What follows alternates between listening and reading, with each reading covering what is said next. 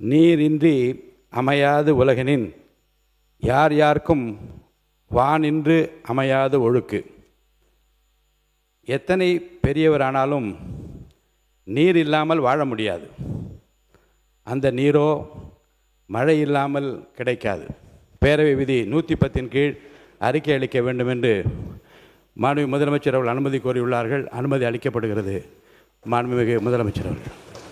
மாண்புமிகு பேரவைத் தலைவர் அவர்களே, உலகில் தான் உற்பத்தி செய்யும் பாலை தனது சந்ததிகளுக்கு மட்டுமின்றி மனிதர்கள் உள்ளிட்ட பிற ஜீவராசிகளுக்கும் வழங்கி உயிரை காக்கும் பசுவை தெய்வமாக போற்றி வளர்த்து வருவது நமது பாரம்பரியத்தின் சிறப்பு. தமிழ்நாட்டில் 8800 பால் கூட்டுறவு சங்கங்களில் உள்ள 3,16,000 பால் உற்பத்தியாளர்களிடமிருந்து தினசரி 34 லட்சம் லிட்டர் பால் கொள்முதல் செய்யப்பட்டு ஆவின் நிறுவனத்தின் மூலம் நாள் ஒன்றுக்கு 31 லட்சம் லிட்டர் பால் நுகர்வோருக்கு விற்பனை செய்யப்பட்டு வருகிறது. ஒரு லிட்டருக்கு கொள்முதல் விலை 38 ரூபாய் 5/11/2022 முதல் வழங்கப்பட்டு வருகிறது. கடந்த கால அரசு போதிய அளவில் கருத்தில் கொள்ளவில்லை. உற்பத்தியாளர்களுக்கு கொள்முதல் விலையை உயர்த்த வேண்டும் என்ற எண்ணம் கொஞ்சம் கூட இல்லாமல் இருந்துள்ளது. கடந்த காலத்தில் கொள்முதல் விலை உரிய அளவில் உயர்த்தப்படாத நிலையில் நம் அரசு சந்தித்து வரும் அதிகப்படியான நிதி நெருக்கடியிலும் பால் உற்பத்தியாளர்களின் நலனையும் வாழ்வாதாரத்தையும் கருத்தில் கொண்டு அவர்களின் உன்னதமான உழைப்பிற்கு உரிய மதிப்பை வழங்கும் வகையில் கொள்முதல் விலையை உயர்த்துவது நமது அரசின் கடமையாகும். தொடக்க பால் உற்பத்தியாளர்கள் கூட்டுறவு சங்கங்களில் பால் வழங்கும் 3,16,000த்திற்கு மேலான பால் உற்பத்தியாளர்கள் பயனடையும் வகையில் பால் கொள்முதல் விலையை லிட்டர் ஒன்றுக்கு கூட்டுறவு சங்கம் மூலமாக 1 ரூபாய் உயர்த்தவும், மேலும் அரசு ஊக்கத்தொகை 3 ரூபாயிலிருந்து 5 ரூபாயாக உயர்த்தவும், ஆக மொத்தம் 1 லிட்டர் கொள்முதல் விலை 38 ரூபாயிலிருந்து 41 ரூபாயாக உயர்த்த அரசு முடிவு செய்துள்ளது. இந்த கொள்முதல் விலை உயர்வால் கூடுதலாக ஒரு மாதத்திற்கு ரூபாய் 30 கோடியும் ஒரு ஆண்டிற்கு 360 கோடியும் செலவாகும். மாண்புமிகு பேரவைத் தலைவர் அவர்களே, ஒரு உயிரின் மதிப்பை அவரது வருமானம் தீர்மானிக்கக்கூடாது. வசதி படைத்தவர், வசதி குறைவானவர் என்ற நிலை மருத்துவத்துறையில் இருக்கக்கூடாது. அனைவருக்கும் சமமான மருத்துவ சேவை எளிதாக கிடைக்க வேண்டும் என்பதில் நமது அரசு உறுதியாக உள்ளது. ஒரு மனிதனின் உயிரை காப்பாற்றுவதில் தாமதமாகும் ஒவ்வொரு நொடியும் மிக கொடியது. ஒவ்வொருவருக்கும் தரமான மற்றும் எளிதான மருத்துவ சேவை கிடைக்க செய்வதை முதன்மையான நோக்கமாக கொண்டு செயல்பட்டு வருகிறது நமது அரசு. மாண்புமிகு பேரவைத் தலைவர் அவர்களே, மருத்துவம் மற்றும் மக்கள் நல்வாழ்வு துறையில் சில அறிவிப்புகளை சட்டப்பேரவை விதி 110 கீழ் இன்று வெளியிட விரும்புகிறேன். வடசென்னை மக்களுக்கு உயர்தர மருத்துவ சேவை எளிதில் கிடைக்கும் வகையில் பெரம்பூரில் ரூபாய் 300 கோடி மதிப்பீட்டில் 400 படுக்கைகள் கொண்ட உலக தரத்திலான பன்னோக்கு உயர் சிறப்பு மருத்துவமனை அமைக்கப்படும். முதலமைச்சரின் விரிவான மருத்துவ காப்பீட்டு திட்டத்தின் இலவச மருத்துவ சிகிச்சைக்கான மருத்துவ காப்பீட்டு தொகை ஆண்டொன்றுக்கு தற்போதுள்ள 5 லட்சத்திலிருந்து ரூபாய் 25 லட்சமாக உயர்த்தப்படும்.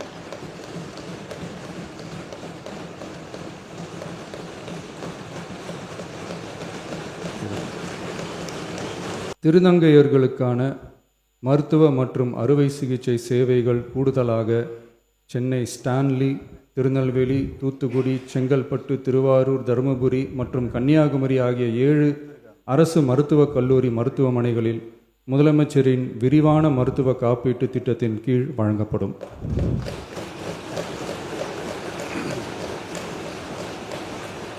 தமிழ்நாட்டில் 2014 ஆம் ஆண்டிற்கு பிறகு புதிய அரசு செவிலியர் கல்லூரிகள் தொடங்கப்படாத நிலையில் தரமான மருத்துவ சேவைக்கு தேவையான செவிலியர், மருந்தியல் மற்றும் துணை மருத்துவ பணியாளர்களை உருவாக்கும் வகையில் அரசு மருத்துவக் கல்லூரிகளில் ரூபாய் 351 கோடி மதிப்பீட்டில் கூடுதல் மாணவர் சேர்க்கை இடங்கள் உருவாக்கப்படும்.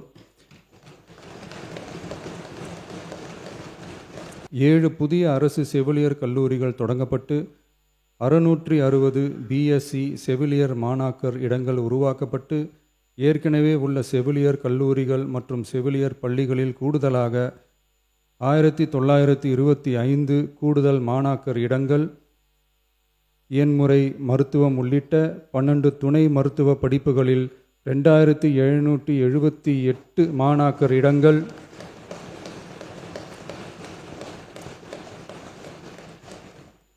மருந்தியல் படிப்புகளில் 735 கூடுதல் இடங்கள் என மொத்தம் சுமார் 6098 கூடுதல் மாணாக்கர் இடங்கள் உருவாக்கப்படும். தமிழ்நாட்டில் அதிகரித்து வரும் புற்றுநோய்களை தடுக்கவும் தரமான சிகிச்சை வழங்கவும் முதலமைச்சரின் புற்றுநோய் பராமரிப்பு இயக்கம் chief minister's cancer care mission 677 கோடியே 44 லட்சம் ரூபாய் மதிப்பீட்டில் மேம்படுத்தப்படும்.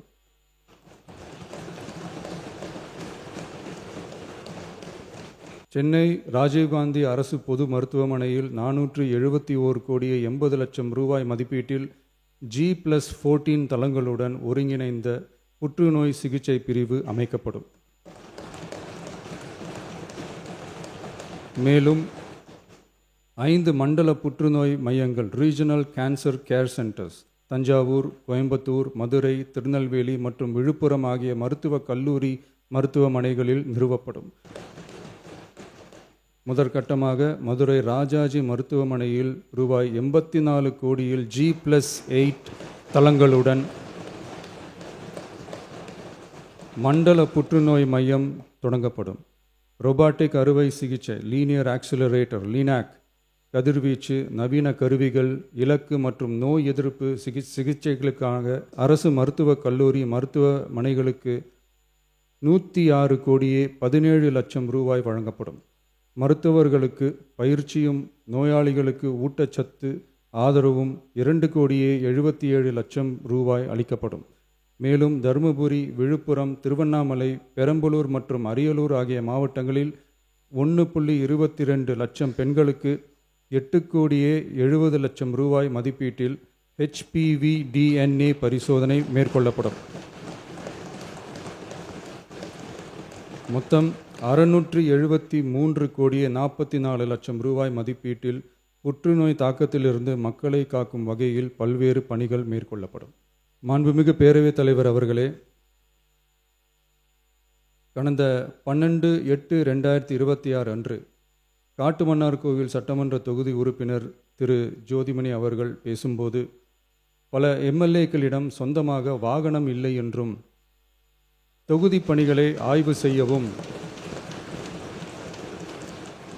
பார்வையிடவும் கடினமாக உள்ளதாகவும், லஞ்சமில்லாத நேர்மையான ஆட்சி அமைய உறுப்பினர்களின் அடிப்படை தேவைகளை அரசு பூர்த்தி செய்ய வேண்டும் என்றும் கோரிக்கை வைத்தார். எந்த ஒரு பொருளாதார பலம் இல்லாமல் சட்டமன்ற உறுப்பினர்களாக பணியாற்றி கொண்டிருப்பவர்கள் தங்களின் தொகுதி பணிகளை செய்ய சொந்த வாகனங்களோ அல்லது உதவியாளர்களையோ வைத்துக்கொள்ள முடிவதில்லை என்றும் தெரிவித்தார். மேலும் இது தொடர்பாக கோரிக்கைகளும் வரப்பெற்றது. தமிழ்நாடு சட்டமன்ற வரலாற்றில் எளிய பின்னணியில் இருந்து பணபலமோ அரசியல் பின்னணியோ இன்றி மக்களின் பேராதரவோடு முதன்முறையாக சட்டமன்றத்திற்கு தேர்வு செய்யப்பட்டுள்ள முதல் தலைமுறை சட்டமன்ற உறுப்பினர்களின் எண்ணிக்கை குறிப்பிடத்தக்க அளவில் உயர்ந்துள்ளது. 29/3/2026 அன்று நடைபெற்ற தமிழக வெற்றிக் கழக வேட்பாளர் அறிமுக கூட்டத்தில் நேர்மையாகவும் வெளிப்படைத்தன்மையுடனும் மக்கள் பணி செய்து ஊழலற்ற லஞ்ச லாவண்யமற்ற நிர்வாகத்தை மேற்கொள்வது என அனைத்து வேட்பாளர்களும் எடுத்துக்கொண்ட உறுதிமொழிக்கு ஏற்ப அதே பாதையில் தேர்ந்தெடுக்கப்பட்ட சட்டமன்ற உறுப்பினர்களும் செயல்பட்டு வருகின்றனர். தங்களது தொகுதி மக்களின் குறைகளை கேட்டறியவும் அரசு திட்டங்கள் மக்களை சென்றடைவதை கண்காணிக்கவும் தங்களின் தொகுதி முழுவதும் தொடர் பயணங்களை சட்டமன்ற உறுப்பினர்கள் மேற்கொள்ள வேண்டியுள்ளது. பொருளாதார பலம் இல்லாமல் சட்டமன்ற உறுப்பினர்களாக பணியாற்றும் மற்றும் முதலாக சட்டமன்ற உறுப்பினர்களாக தேர்வு செய்யப்பட்ட உறுப்பினர்கள் தங்களது மக்கள் பணியை தோய்வின்றி தொடர்வதற்கும் அவர்கள் தங்களின் தொகுதி பணிகளை திறம்பட மேற்கொள்வதற்கு வசதியாக அனைத்து சட்டமன்ற உறுப்பினர்களுக்கும் அரசு சார்பில் வாகனம் வழங்கப்படும் என்பதை மகிழ்ச்சியோடு தெரிவித்துக் கொள்கிறேன்.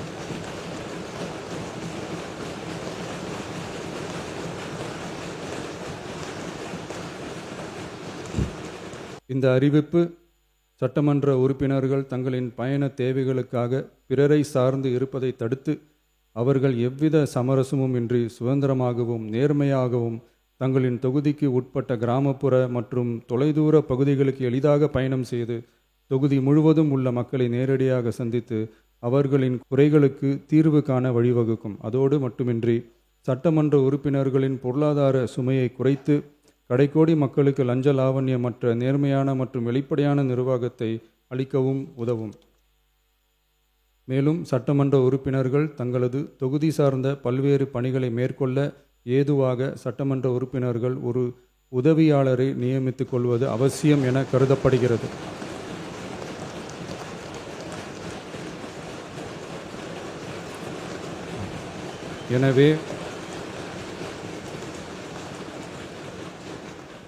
எனவே சட்டமன்ற உறுப்பினர்களுக்கு அரசு வாங்கி வழங்கும் வாகனத்தை பராமரிக்கும் விதமாக வாகனத்திற்கு ஓட்டுநர், எரிபொருள், வாகன பராமரிப்பு உள்ளிட்ட செலவினங்களுக்காக மாதந்தோறும் ரூபாய் 75,000 வாகனப்படியாகவும்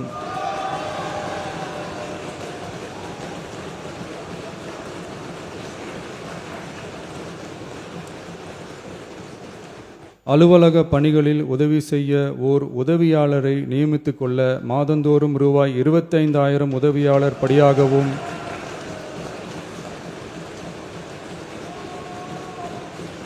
வழங்கப்படும். இதற்காக உரிய சட்டத்தில் திருத்தங்கள் மேற்கொண்டு ஆணைகள் வெளியிடப்படும் என்பதையும் தெரிவித்துக் கொள்கிறேன். நன்றி. மாண்புமிகு சுற்றுலாத்துறை அமைச்சர் அவர்கள். மாண்புமிகு பேரவைத் தலைவர் அவர்களே, கன்னியாகுமரி, திருப்பூர், கிருஷ்ணகிரி மற்றும் ஈரோடு ஆகிய மாவட்டங்களில் அமைந்துள்ள அணைப்பகுதிகளில் ரூபாய் 48 கோடி மதிப்பீட்டில் சுற்றுலா வளர்ச்சி பணிகள் மேற்கொள்ளப்படும். சுற்றுலா தலங்களை மேம்படுத்த விரிவான திட்ட அறிக்கைகள் ரூபாய் 30 கோடி மதிப்பீட்டில் தயாரிக்கப்படும்.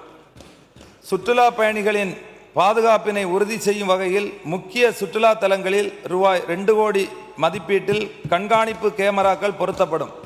சுற்றுலா தொழில் சார்ந்த அமைப்புகளின் திறனை மேம்படுத்தும் நோக்கில் சுற்றுலா திறன் மேம்பாட்டு பயிற்சி ரூபாய் 1 கோடி திட்ட மதிப்பீட்டில் வழங்கப்படும். எல்லோருக்கும் என்னுடைய நன்றியை நான் தெரிவித்து அமைகிறேன். மாண்புமிகு பள்ளிக்கல்வி, தமிழ் வளர்ச்சி மற்றும் செய்தித்துறை அமைச்சர் அவர்கள். நலிந்த கலைஞர்களுக்கு வழங்கப்பட்டு வரும் மாதாந்திர நிதியுதவி மாதந்தோறும் போயிட்டு இருக்கு. அதில் புதிய கலைஞர்கள் அடையாளம் கட்டப்பட்டு மேலும் 1500 கலைஞர்களுக்கு நம்முடைய அரசில் விரிவுபடுத்தப்படும் என்பதை மகிழ்ச்சியோடு அறிவிக்கிறேன். நாட்டுப்புற கலைஞர்களுக்கு இசை கருவிகள், ஆடை, அணிகலன்கள் வாங்குவதற்கு ஆண்டுதோறும் வழங்கப்பட்டு வரும் ரூபாய் 10,000 நிதி உதவி அது அதிகபட்சமாக இனி ரூபாய் 20,000 உயர்த்தி வழங்கப்படும். கலை பண்பாட்டுத்துறையின் கீழே செயல்படும் கல்லூரிகளில் நம்மளுடைய ஆசிரியர்கள், அதாவது ரூபாய் 20,000 ஊதியத்தில் பணிபுரியக்கூடிய தொகுப்பூதிய ஆசிரியர்களினுடைய ஊதியம் இனி ரூபாய் 25,000 உயர்த்தி வழங்கப்படும் என்பதை தெரிவித்துக் கொள்கிறேன். தமிழர்களினுடைய பண்பாட்டு தலங்களை பாதுகாத்திடும் நோக்கில் முதற்கட்டமாக 5 ஆண்டுகளில் 76 பாதுகாக்கப்பட்ட சின்னங்கள் மற்றும் தொல்லியல் தளங்கள் தமிழ் பாரம்பரிய பாதுகாப்பு பணிகள் கீழ் புனரமைப்பு செய்யப்படும். அதாவது தமிழ் ஹெரிட்டேஜ் கன்சர்வேஷன் மிஷன். இதற்கு இவ்வாண்டு முதற்கட்டமாக 76 இடங்களுக்கு ரூபாய் 49 கோடி நிதி ஒதுக்கீடு செய்யப்படும் என்பதை மகிழ்வோடு அறிவிக்கிறேன். அறிவிப்பு 2. பண்டைய தமிழர் கல்வெட்டுகளை எளிமையாக புரிந்து கொள்ளும் வகையில் செயற்கை நுண்ணறிவினை ஆர்டிபிஷியல் இன்டெலிஜென்ஸ் AI பயன்படுத்தி ஒரு தரவு தளத்தினை உருவாக்கும் பணி ரூபாய் 1.50 கோடி மதிப்பில் மேற்கொள்ளப்படும்.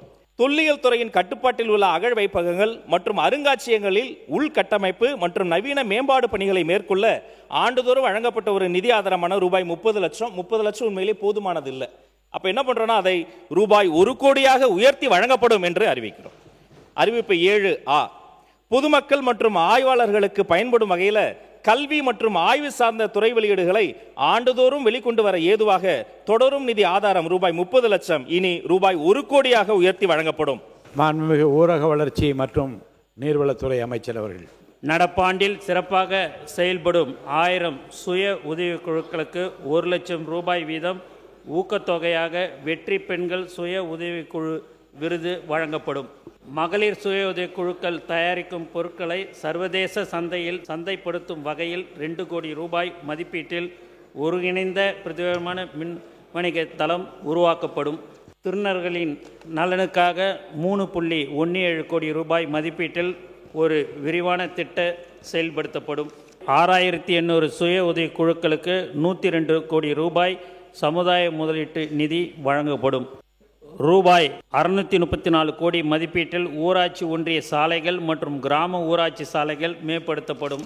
தமிழ்நாட்டின் நீர்வள மேலாண்மை வலுப்படுத்துவதற்கு முக்கிய ஆறுகளில் வெள்ள காலங்களில் கிடைக்கும் நீரை சேமித்து நிலத்தடி நீர் மட்டத்தை உயர்த்த 13 மாவட்டங்களில் 27 தடுப்பணைகள் ரூபாய் 206 கோடியே 75 லட்சம் மதிப்பீட்டில் அமைக்கப்படும். ஏரிகள் மற்றும் கண்மாய்களுக்கு நீர் வழங்க 6 மாவட்டங்களில் 9 அணைக்கட்டுகள் ரூபாய் 97 கோடியே 8 லட்சம் மதிப்பீட்டில் அமைக்கப்படும். ஆற்றின் நீரோட்டத்தால் ஏற்படும் மணல் அரிப்பை கட்டுப்படுத்த தஞ்சாவூர் மாவட்டத்தில் ஒரு தளமட்ட சுவர் ரூபாய் 15 கோடியே 20 லட்சம் மதிப்பீட்டில் அமைக்கப்படும். ஆற்று படுக்கையின் நிலைத்தன்மையை உறுதி செய்து படுகை அரிப்பை கட்டுப்படுத்தி நிலத்தடி நீர் செறிவூட்டலை அதிகரிக்க 2 மாவட்டங்களில் 2 படுக்கை அணைகள் ரூபாய் 37 கோடியே 10 லட்சம் மதிப்பீட்டில் அமைக்கப்படும். ஏரிகள் மற்றும் கண்மாய்களுக்கு முழு திறனோடு நீரினை பகிர்ந்தளிக்கும் வகையில் 5 மாவட்டங்களில் 6 பகிர்வு அணைகள் ரூபாய் 13 கோடியே 87 லட்சம் மதிப்பீட்டில் அமைக்கப்படும். நீர்வளத்துறை மற்றும் ஊரக வளர்ச்சித்துறை மற்றும் ஊராட்சித்துறை மானிய கோரிக்கைகளை நிறைவேற்றி தருமாறு அன்புடன் கேட்டுக்கொள்கிறேன். பேரவை இந்த நிகழ்ச்சியை தூண்டு முடிவிட்டன. பேரவை மீண்டும் நாளை காலை 9:30 மணி கூடும். வணக்கம்.